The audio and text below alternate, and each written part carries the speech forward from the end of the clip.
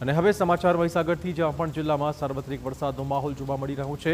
ગાજવીજ અને ભારે પવન સાથે અહીંયા પણ વરસાદ પડ્યો હતો। વીજળીના કડાકા ભડાકા સાથે વરસાદ વરસ્યો હતો। ખાસ કરીને લુણાવાડા, ખાનપુર, સંતરામપુરમાં વરસાદી માહોલ જામ્યો હતો। બાલાસિનોર, વીરપુર, કડાણા સહિતના ગ્રામ્ય પંથકમાં પણ મોડી રાત્રે ખાસો વરસાદ પડ્યો છે। ભારે પવન સાથે વરસાદના પગલે ક્યાંક લાઇટ ગુલ થઈ ગઈ હતી। મહીસાગર જિલ્લામાં વાતાવરણમાં અચાનક પલટો જોવા મળ્યો। જિલ્લાના વિવિધ વિસ્તારમાં ગાજવીજ અને ભારે પવન સાથે સાર્વત્રિક વરસાદના સમાચાર છે। વરસાદના પગલે લોકોને ગરમીથી રાહત મળી છે, પરંતુ સાથે અનેક વિસ્તારમાં વીજ પુરવઠો પણ ખોરવાયો હતો। જિલ્લાના ખાસ કરીને લુણાવાડા, ખાનપુર, સંતરામપુર, બાલાસિનોર, વીરપુર, કડાણા, ગોધરા અને કોઠંબા સહિતના વિસ્તારમાં વીજળીના કડાકા ભડાકા સાથે વરસાદ પડ્યો હતો। ભારે પવનના કારણે વૃક્ષોની ડાળીઓ તૂટી પડવાની પણ ઘટના સામે આવી હતી।